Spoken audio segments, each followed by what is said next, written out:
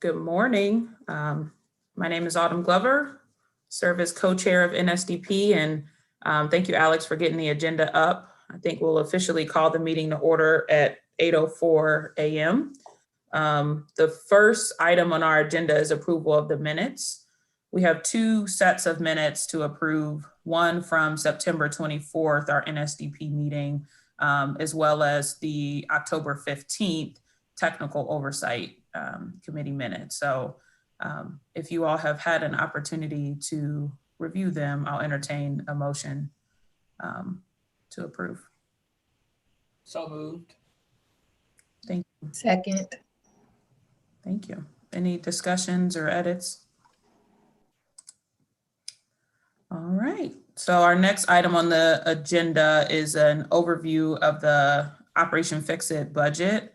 I believe I'm going to turn it over to Mr. Trevino to take us through that. I will. I apologize. I'm going to ask if I can get one clarification. I know this has been one difficulty with us getting minutes accurately recorded. Can I get the name of the person who made the motion for the minutes, please? Oh, sorry. Thank you, Patrick, too. Jim Russell. All in favor? Sorry, guys, I skipped straight to our agenda item. All in favor on the approval of the minutes? Aye. Aye. Opposed? Any abstentions? I'm going to abstain because I wasn't there. Okay, now we can move on to Operation Fix-It. All right. Good morning, everybody. So I have a brief presentation we'll make this morning. The first portion of it is going to kind of lead us into our action item for today. So I do want to present with you both a budget overview, kind of where we are as we're heading into our fifth and final year for our Operation Fix-It projects. And then I'm also going to give you an overview of how we look in terms of our LEDE spending and how that reflects on our LEDE participation across the program. So you're going to see later this morning a presentation on our first HVAC contract looking ahead for our summer of 2021 work. And that is going to be our HVAC overhaul and electrical upgrades for our Columbus Gifted Academy as well as Whetstone High School. But in front of you now, you're seeing what we are projecting as our estimated budgets to be able to round out completing all of those projects that we committed to as part of Operation Fix-It. So we're looking at about $1 million in roof repairs as part of the Centennial project. We have a total of about $15.7 million in work for our HVAC overhaul projects, and that includes the contract that you're going to see before you today. We've got about $1.5 million in security upgrades. And if you've had a chance to be in any of our recent work, you'll see that we've been successful so far in installing these security vestibules, which I think are really going to enhance our ability to screen our visitors as they enter into our buildings. We've got $321,000 in fire alarm upgrades that we're looking at, and that is for two projects to wrap up our fire alarm upgrades. We've got just shy of $1.5 million of plumbing upgrades. And these are our restroom improvements that are really targeted at our student restrooms. We've got just over $140,000 in asphalt and concrete. So this upcoming year, we'll have probably our lightest year of asphalt work that we've had since we've started the program. We've got a little more than $350,000 in lighting upgrades. And that is a project that we are kind of just getting started right now, really looking at making LEDE lighting upgrades across our buildings to both improve the quality of lighting, but also to improve energy efficiency. And then just shy of $2.2 million of electrical upgrades. And I'll just remind you that those upgrades are really tied to our HVAC overhaul projects and providing that infrastructure to be able to support that additional air conditioning where we've been successful in adding it to classrooms. So the total of all those numbers I've just reviewed with you is just a little over $22.7 million. So if you kind of look at this work as $125 million over 5 years, I think our work really peaked last year. So we kind of ramped up in those first 3 years, and now we're starting to very slowly start to taper back off again. So right now, as of yesterday morning, our balance in the 2017 improvements bond was $22,141,000. So you can see we're tracking just a little over budget. And so our variance there is just a little under $600,000. So one thing that we thankfully have working in our favor, and I think I mentioned this at a previous meeting, is that we have been able to generate a pretty significant amount of interest in that 2017 improvements bond. And I don't have the exact number, but I understand that it is over $3.5 million at this point. So if we factor that into the equation as well, right now we're projecting about $2.9 million to the good across the whole program. And very coincidental, but you'll notice there at the bottom that one thing that I've highlighted is that our HVAC project for our Columbus Gifted Academy is itself tracking just about $2.9 million over its original budget. And I do just want to point out that when we planned Operation Fix It, we were in the Beck building with our Gifted Academy. And we have since moved that program into our Everett building, which is kind of in the Short North area. And that building is about 2.5 times the size of the building that we were in previously. And so that really is the driving factor of what is making that project so far over our budget. But all in all, we're looking very favorable across the whole program. I don't know if there are any specific questions on the budget overview, because I think it'll be easier to take those before we move into 3.02, which is the LEDE report.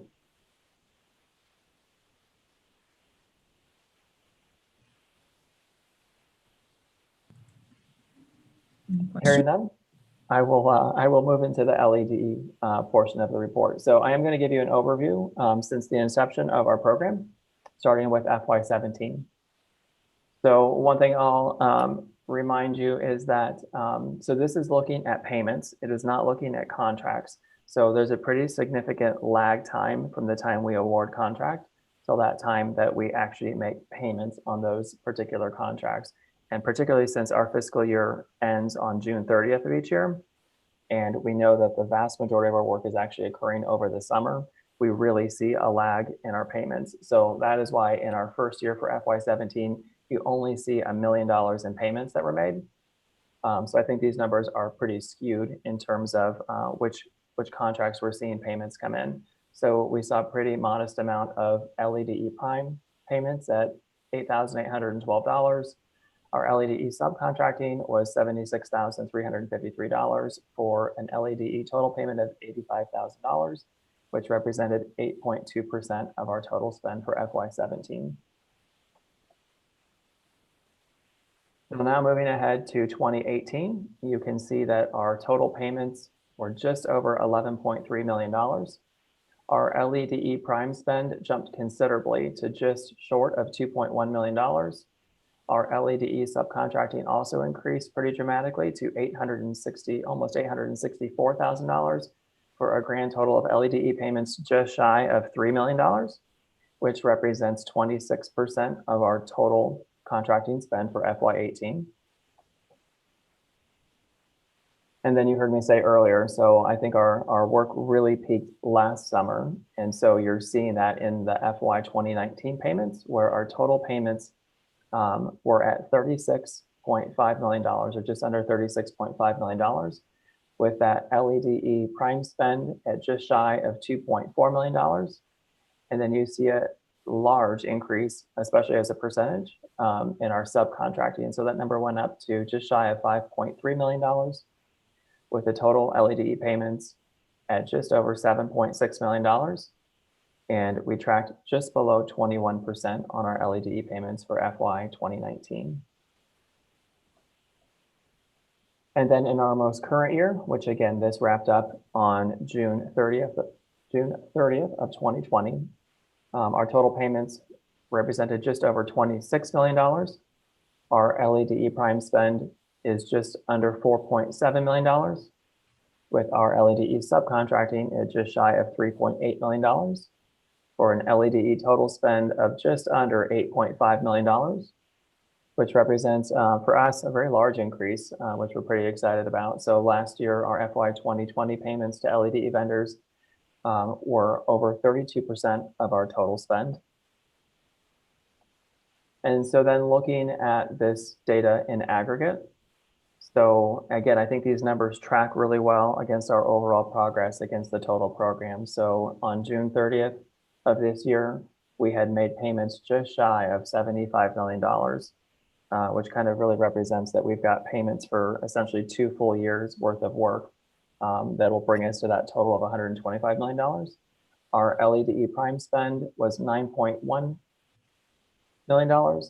Our LEDE subcontracting total spend is just over $10 million for a grand total of 19.155 million, which represents about 25.5% LEDE spend across the program.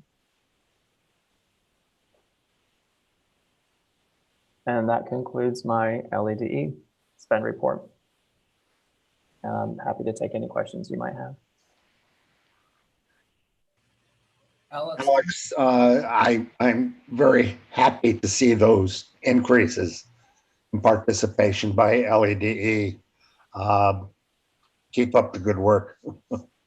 Thank you. All right, my team works hard at it, so we're very proud of those numbers. Alex, I was going to ask you if you can remind us of what the aspirational goal of the LEDE program is and how we're tracking to that, because I agree with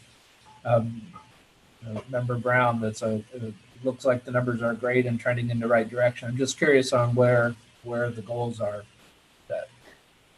The board's goal is 20% LEDE spending. So yes, we're pleased that outside of that first year, which again, I think that number is not particularly reflective of our overall work just because of how little volume there was in that first year. The numbers have been good and yes, tracking in the right direction. Great. Thanks. One additional question for you, Alex, is do we have a projection of what the number is for the last year of 21? Like, where are we trending as we close out the final year? You're asking about the LEDE spend? Yeah. So if I'm being honest, I don't know that we have any great way to trend that information other than kind of anecdotally. So we're certainly seeing a lot of the same prime contractors coming after work. And we know that they've been consistently making those 20% commitments to the program when we award into contracts. So I don't have one that I can show you right this second, but I think when we move into the legislation piece that you'll see next, you're going to see where we're reporting. So we ask our contractors as we're entering into contract to make their good faith efforts to be able to achieve or exceed those LEDE goals. And we're very consistently seeing that our contractors are making those commitments. And for the most part, they are meeting or exceeding those goals as well. So that's probably the best I can do in terms of trending, is that we're not seeing contractors saying they can't or they won't meet those goals. And that's a very good thing. Yes. Okay. Thank you.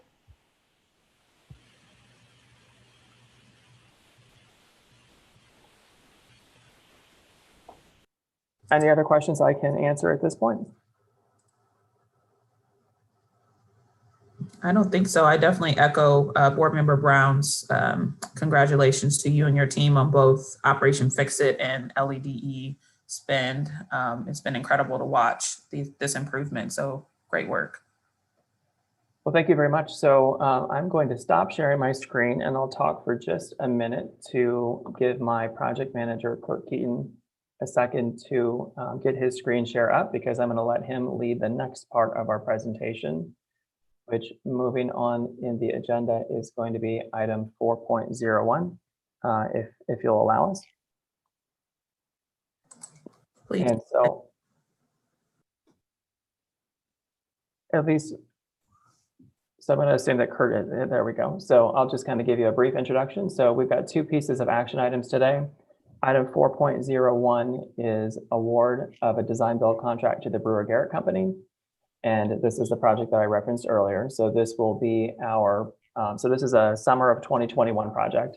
And this is a design build contract. And this will make for HVAC improvements at our Whetstone High School, as well as the Columbus Gifted Academy. And just for a little bit of background, the Whetstone High School is partially air conditioned.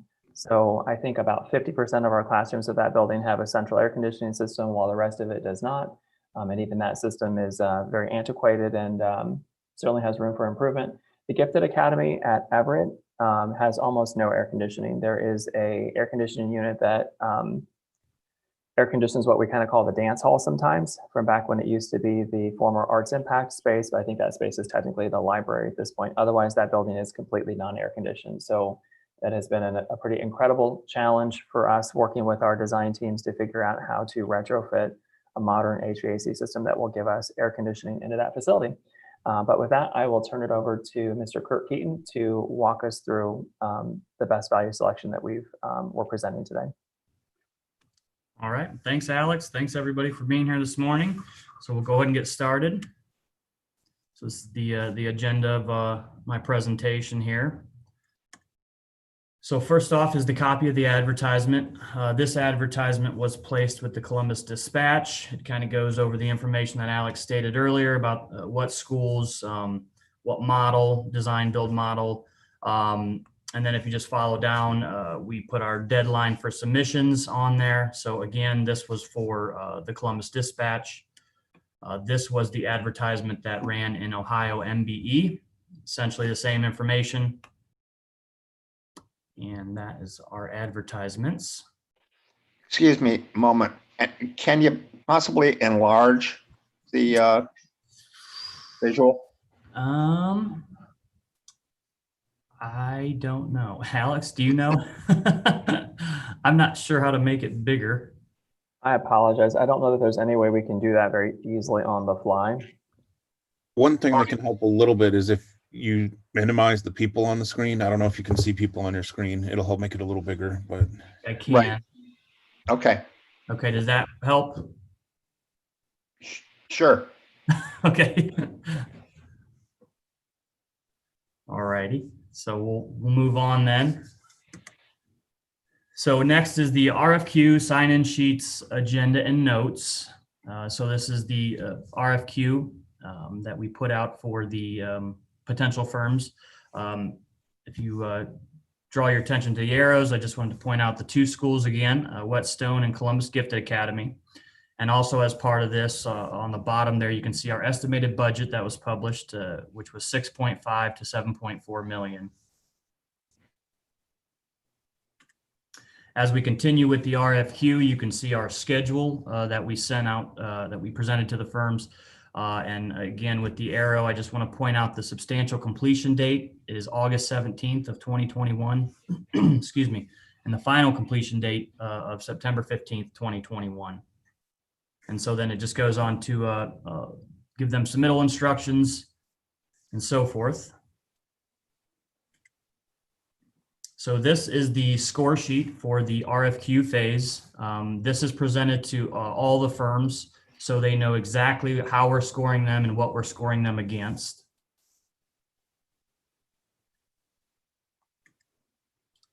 This is the sign-in sheet from our informational meeting we had on phase 8 on May 22nd, and it lists everybody that was there in attendance.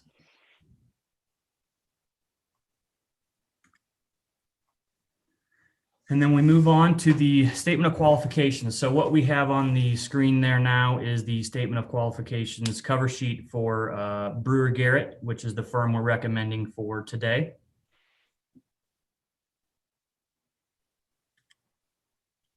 So next we'll move on to the letters to shortlisted firms. But before we get into that, I just wanted to put this matrix up so we could, so we had 8 firms for phase 8 that presented qualifications to us.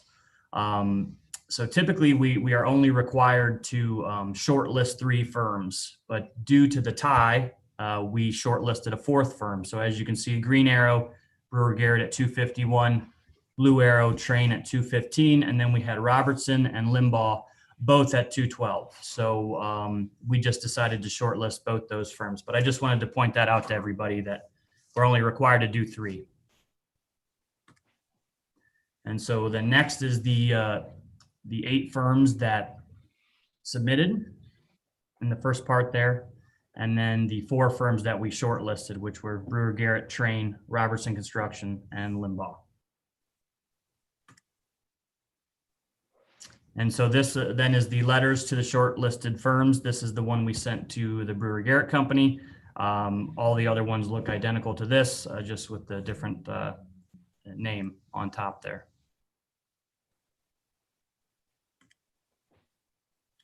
So now we move on to the RFP and the addenda.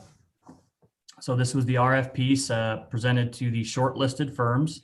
And this essentially just lets them know, instructions to propose, kind of the forms required that they'll need in their proposal. Talks about some other items. But again, I just wanted, at the red arrow, wanted to bring to your attention that the LEDE participation goal for this project is 20%.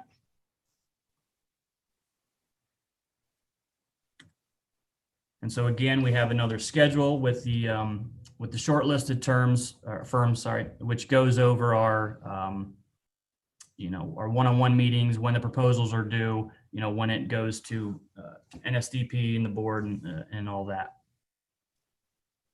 And then under that schedule, we requested 8 alternates, essentially 4 for each school. And that's just listed there. So I just wanted to draw your attention to that. So next is the addendum.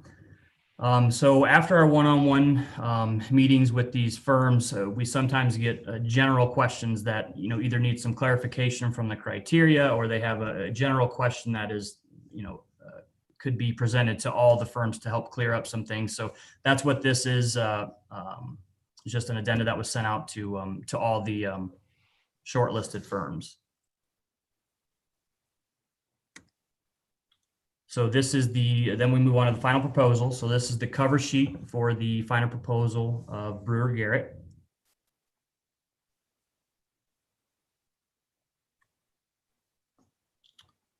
So then we move on to the best value matrix. So as you can see listed here, we have our best value matrix. I just wanted to point out that we valued this phase 60% on the cost side and 40% on the technical side. So I just wanted you guys to be aware of that prior to looking at this. So again, Brewer Garrett was our best value at 90.3. Train was second at 88.1, and then Robertson at 55.8. Now you may be wondering, there's only 3 on here, but we shortlisted 4 firms. Well, I just wanted to let you guys know that the Limbaugh about a month before proposals were due, declined to submit. So we then were just left with the 3.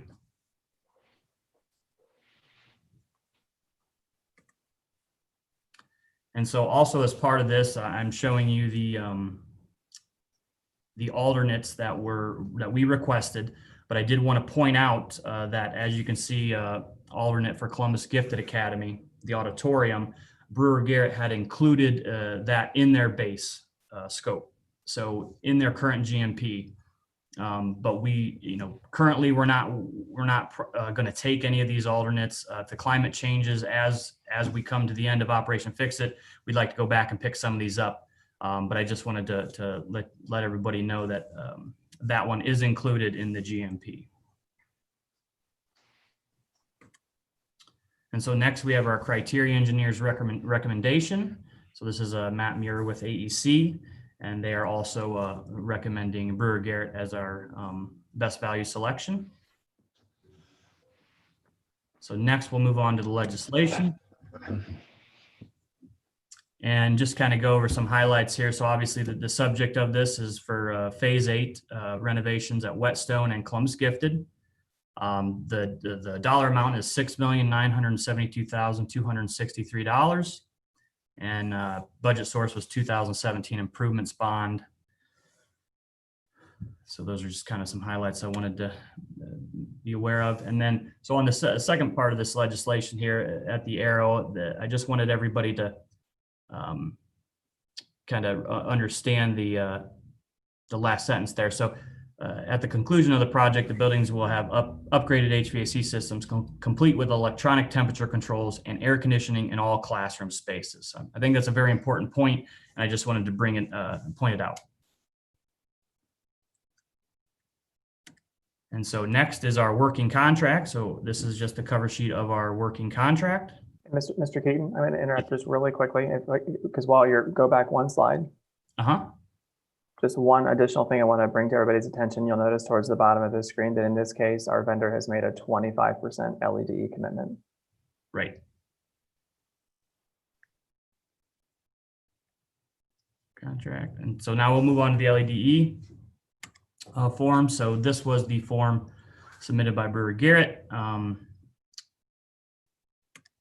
And again, the green box, as Alex just stated, I wanted to point out that Brewer Garrett's LEDE participation, anticipated participation is 25% for this project. So, and then our final slide here is Terry Wise approval and signature. And that will be it for me. If anybody has any questions. Just because the question came up earlier, I just want to point out that connection. So that last form that Mr. Keaton just showed you is part of what we ask our vendors to provide, depending on the project type. Either it comes in with their bid, if it's a bid, or in this case, since it's a two-step qualifications and then proposal, we ask for this form to come in with the proposal. And so when you see those numbers show up on the board legislation, those numbers are just echoing exactly the commitment that we're receiving on this form as part of that process. If I could ask on this project, and I guess I'll have the same question on other for HVAC. To what extent is this about improving temperature control and those kinds of things? And to what extent are we improving on filtration in light of the pandemic?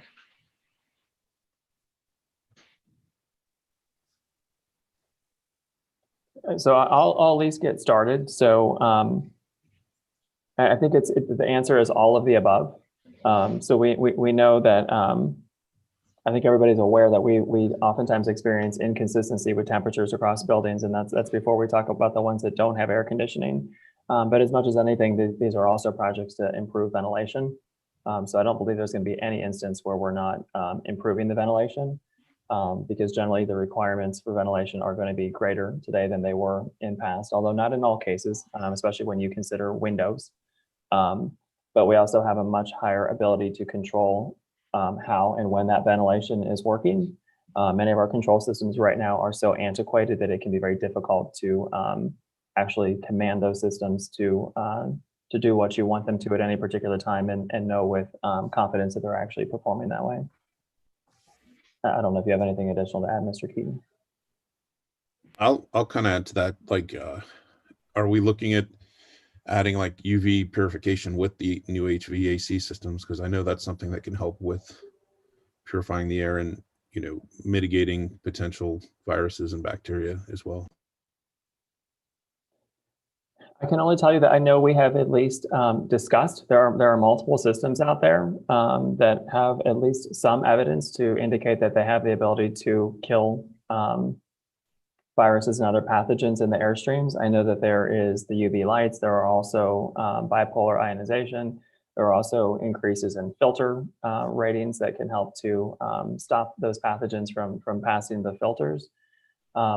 I know that we right, at least at this time, we are not moving forward with the,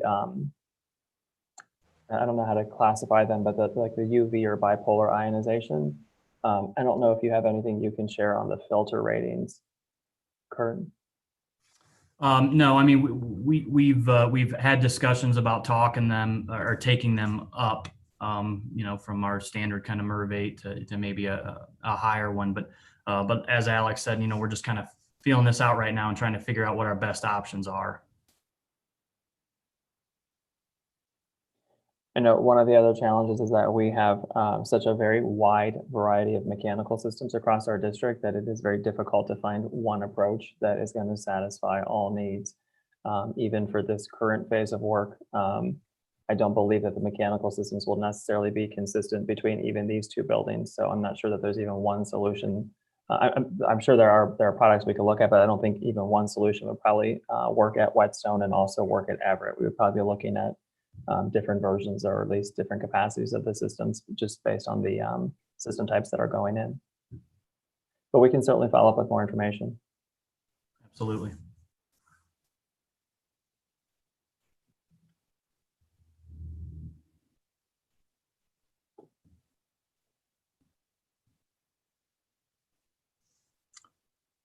All right, if nobody has any other questions, we'll continue on. Alex, you ready? And give me 1 second to finish a note I'm taking here. So our final item for today is item 4.02, which is approval of a change order to the same company, ironically, the Brewer Garrett Company. This is for work that was completed this summer of 2020. And you'll see that we're referencing the full contract there because this contract includes renovation work of the HVAC system at Beechcroft, Briggs, Centennial, the Columbus Preparatory School for Girls, and Innis. But this change order is specific to the girls' middle school. And so the change order you see before you is to make some remediation to address the situation that has become apparent about the past 2 weeks at the girls' middle school. So we can't necessarily pinpoint why this is occurring, but about 2 weeks ago, our team at the building made us aware that they were seeing high levels of dust in the building. So dust that was accumulating on those horizontal flat surfaces such as desks and countertops, bookshelves. So we went out to the building. We kind of did some white glove testing. We also dug into the mechanical system a little bit to see what we could find. Following up with our contractor, we did do duct cleaning on this building as part of our repair work, renovation work this summer, because it is the building still has its existing system that was installed about 45 years ago. We simply made upgrades to that system, pretty much improving every major component of it, or at least the moving components of it. But we did not make any improvements to the ductwork, only to moving parts like dampers and actuators. And what we believe at this point is that we're seeing deterioration of the internal insulation on that building system. So if you're familiar with ductwork, if it needs to be insulated, sometimes it is insulated on the exterior. But in some cases, as is the case at the girls' middle school, the insulation is actually on the inside of the ductwork, so that you have a nice clean appearance on the outside, and that insulation is on the inside. So what we are seeing evidence of now is that just the velocity of air is beginning to erode that insulation. And while we're not positive that the insulation is entirely the cause of the dust that we're seeing in the building, we certainly believe that it's contributing to it. So in working with our design builder, we are recommending installing an encapsulation system on the internal duct liner insulation at the girls' middle school. And we have negotiated a total cost with them in the amount of $90,788. So just kind of following through the legislation, I pointed out the highlights, which are, this is to the Brewer Garrett Company. The total amount is $90,788. We are planning on covering this out of the 2017 improvements bond. And the scope of the work is encapsulation of that existing internal duct insulation throughout the building. We still need to talk about how quickly we could get this work started, because right now we'd be waiting for authorization from the board, which would occur on November 17th. But the contractor has informed us that this is about a 30-day process to complete that work. And I'll just point out, so I apologize, I've got one error on my red notes. So then the number should just read $90,788.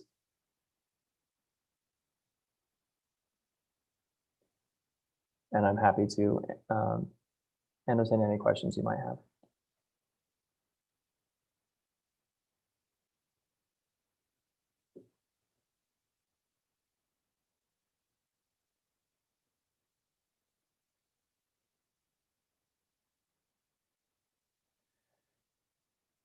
Otherwise, that concludes our formal part of the presentation for today.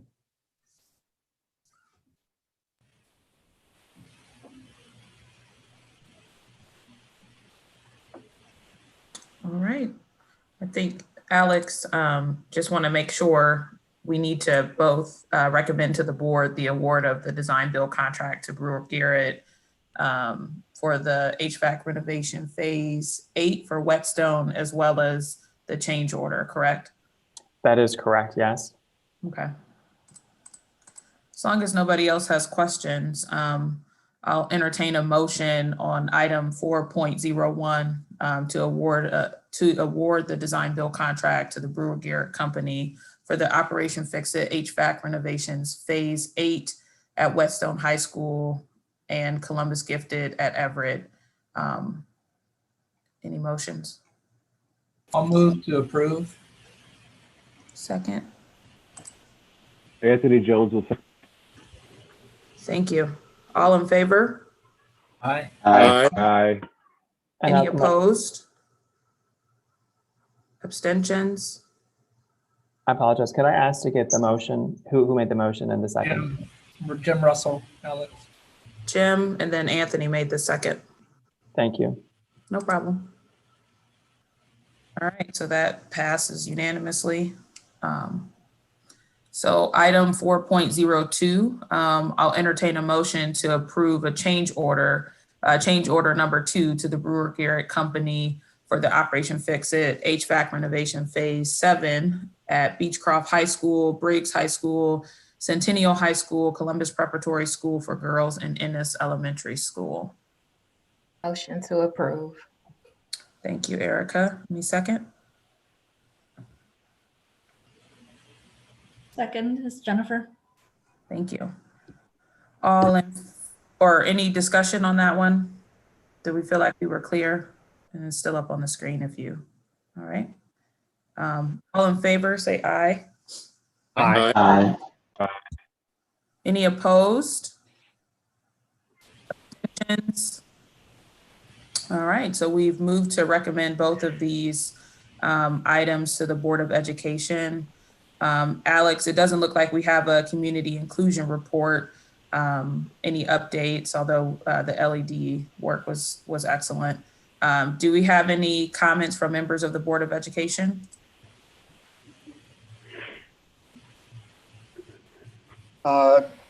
Simply to say to the whole team and Alex, thank you. Good work, and pleased with how things are moving, especially with the LEDE, and as well as with just improving the HVAC in our buildings. Thank you. Thank you. I think I saw Board Member Pierce on the meeting. You certainly aren't required to give comments, but we welcome any comments that you wanted to add. Thank you so much for the opportunity to give comments. I am extremely impressed by the increases that were shown by the use of LED vendors. And while I recognize that there's still much work to be done in that area, it just shows the important work that this committee is doing. So I've enjoyed and learned quite a bit from today's report and the work that you all are doing. So thank you. And thank you for the opportunity to just give those brief remarks. Thank you. I don't believe we have anyone from the superintendent's office, but if anyone else in the school district administration want to add comments, we welcome those as well. This is Maurice Odom, Chief Officer. Just want to say thank you to this committee for the oversight that you're sharing. I want to thank our team for the work that they're doing as we move forward and continue to engage in the projects that we have. And as an organization, I do want to say LEDE commitment is very important to us. And our team are trying to do communicate, advertise, and partnership to continue to try to increase our engagement. So thank you for the oversight. Wonderful. Okay. It doesn't look like we have any old or new business, but before we adjourn, Alex, do you have any further comments for the committee? I think the only thing I would have, just as a reminder, that with the holiday schedule coming up for the month of November, give me 1 second to make sure I give you the correct date, but our schedule is a little different from what it would typically be. So we do not have an NSDP meeting for the month of November. Instead, we consolidate our meetings for the month of November and December on December 10th. So that allows us to get our kind of final contracts for the year through the NSDP for oversight and also to the board meeting to make sure that we can get our work underway. And our technical oversight is scheduled for December 3rd rather than in November as well. That's all I have today. Wonderful. Well, thank you all so much for making the time and really providing this oversight. It's absolutely my pleasure always to connect with all of you, even virtually. So thanks again for your time and your effort here. If no other members of the committee have comment, I will just bid you all a happy Thanksgiving and encourage you to vote if you haven't voted already, and otherwise be safe and have a good weekend. Thank you. Yes. Thank you. Take care, Autumn, everybody. Thank you. Thank you.